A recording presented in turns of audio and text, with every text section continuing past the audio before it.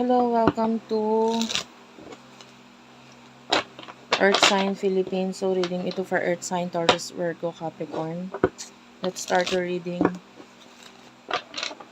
Ako po si Madam P. Yun din yung aming Facebook page. Feel free to search it dun sa Facebook. Follow me doon sa Facebook na din, guys. Sa mga nakasubscribe na sa akin dito.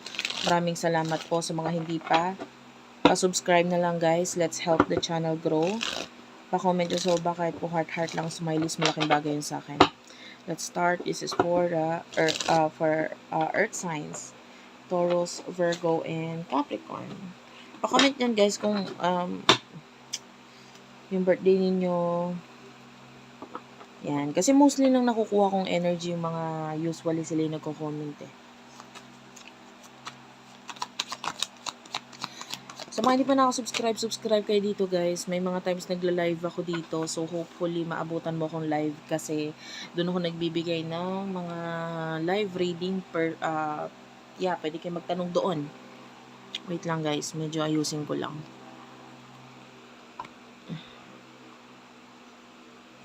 Natutumba yung aking stand.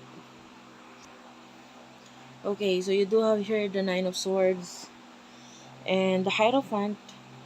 Okay, yung iba sa inyo nagkakaroon ng lesson ngayon sa buhay mo, no? Parang nasasaktan ka, maybe yung iba sa inyo nagkaroon ka ng mga pagdedesisyon, or maybe you're going through your karma and then natutunan mo ay mali pala yung napili ko or nagawa ko or desisyon ko.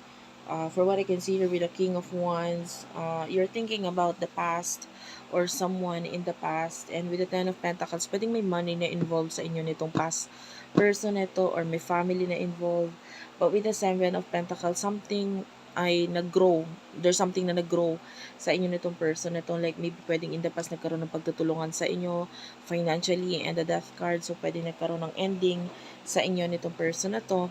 And then ngayon, parang nasasaktan ka, nalulungkot ka. Then with the Hierophant, parang part of you is akala mo you will find true happiness. Pero parang hindi mo naman nakita yun, yung happiness na yun. So, kung nasaan ka ngayon. By the way, guys, pasensyahan mo na kung may maingay. Kung maririnig, like yung tahol ng aso, wala pong magagawa doon, guys. Okay, so pasensyahan nyo na lang. So, sino yung person na kakonect mo pagdating sa love?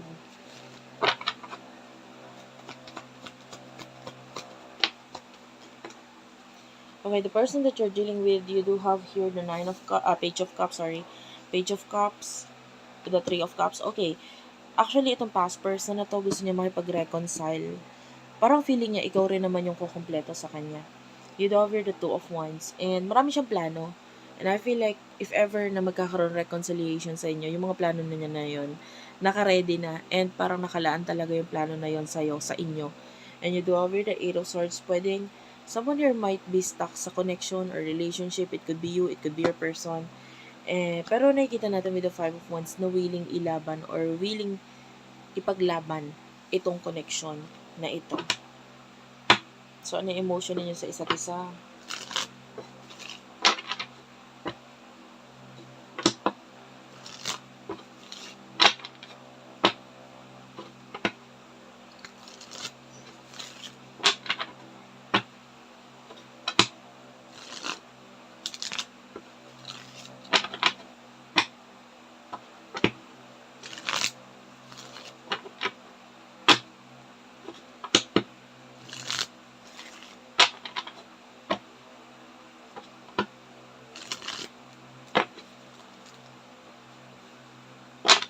Ano yung emotion ninyo sa isa't isa? The Five of Swords, you are really stressed right now. So, nakakita tayo pagka-stress mo, yung iba pwede meron ka anxiety or depression, but yung iba naman wala. It could be just, stress. That Justice card, maybe regarding career, or maybe kung may karelasyon ka ngayon or kakonect mo, you're not happy with that relationship. Pwedeng hindi mo nagugustuhan yung mga bagay na sinasabi sa'yo or nalalaman mo regarding dito sa person na ito. And you do have here the Temperance. So, hinahabaan mo na lang yung pasensya mo. Pero iba nga sa inyo, pwedeng you could be in a relationship na you're not happy, pwedeng may marriage na involved, gusto mong alisan, gusto mong lumayo, umalis, pero wala ka namang magawa. Wala ka namang magawa kundi parang may times na parang you're faking your smile or yung tawa mo.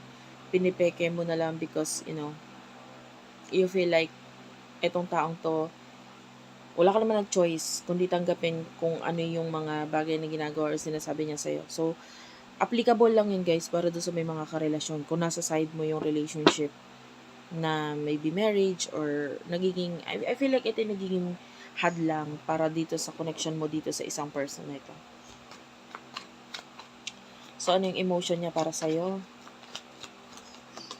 For Earth sign, the Judgment is here.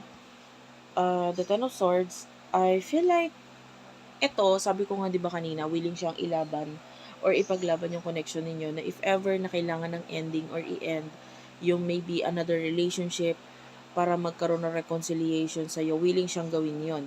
Kasi with the Judgment, pwedeng ito person na to nagkaroon na siya ng awakening. And with the Queen of Wands, pwedeng minsan ka na rin niyang in-advise son or vice versa, ikaw yung nag-advise regarding dun sa other relationship na involved. Okay, pwedeng minsan ka na nag-advise sa kanya regarding sa relasyon niya with, baliktad. Pwedeng minsan ka na niyang in-advisean sa mga relationship na meron sa buhay mo, or ikaw ito na minsan na nag-advise sa kanya regarding sa relationship na meron sa buhay niya. So, ganun. Parang relationship connection yung pag-a-advise.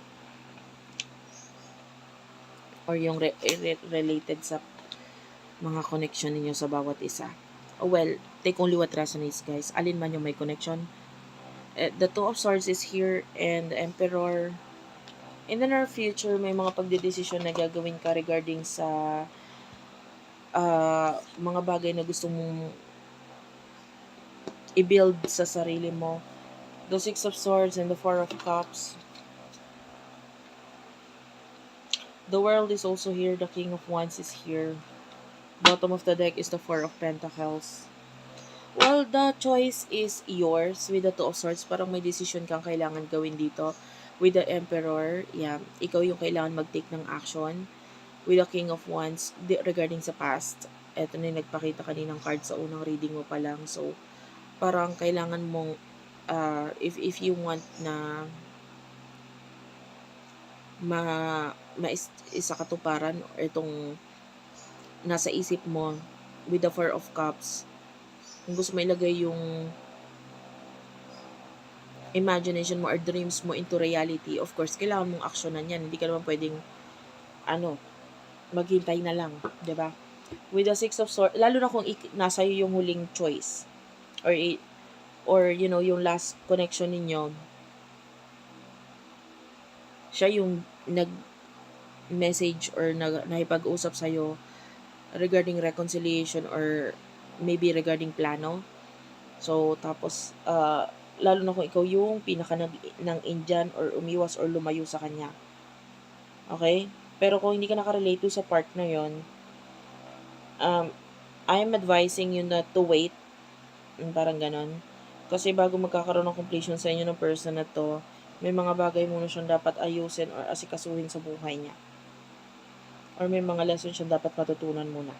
Okay? But if you are the one na nagising ka na doon sa connection or sa sitwasyon or sa connection na meron sa inyong dalawa, and ikaw yung may desisyon na kailangan gawin, then you have to do something about this connection. Lalo na kung may dati siyang offer sa'yo, or ikaw nga yung hindi pumansin sa kung ano man yung sa plano or sinabi or offer nitong person na to.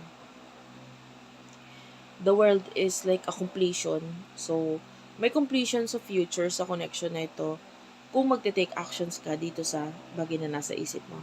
Okay, thank you for watching guys. I love you all and bye-bye.